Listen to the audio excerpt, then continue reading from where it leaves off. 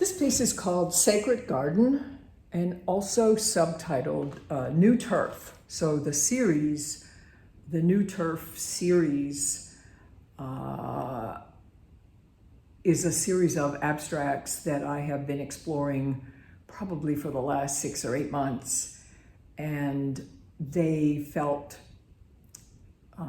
different to me, like I've landed in a new landscape and I don't know what it is yet. And so this is where I'm exploring. And this one has been on and off the easel a couple of times. I thought I had her finished, and then she would get quiet for a while, and then she would come back up on the easel and say, oh, you know, a little more here and a little more there. And she came back to life this week. And some of these, it's still a little wet in here. So you can see how I could just paint with my finger like this to take some of this fairy dust.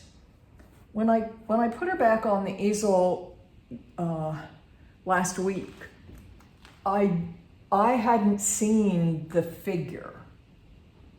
So when I stepped back and looked, I saw, oh my gosh, there's a head and an arm and a magic wand and a gown. And she's standing over this magical garden. And it's like it's very much, interpreting a painting is very much like interpreting a dream, that you wake up and you kind of go, what was that? And then if you take the pen in hand and you write, oh, I don't know, it was pink or something. And then as soon as you write something, something else comes out, some other feeling comes out, and you start writing, and then suddenly it starts to unravel on the page like the drawing that I was talking about in the first painting. And that's how this magical fairy garden appeared.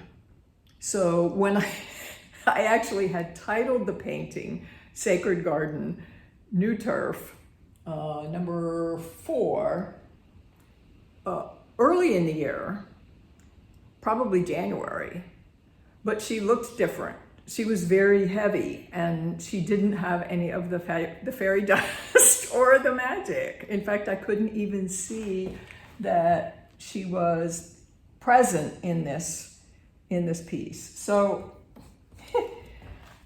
let's see if I can take you up close and let you see some of the strokes.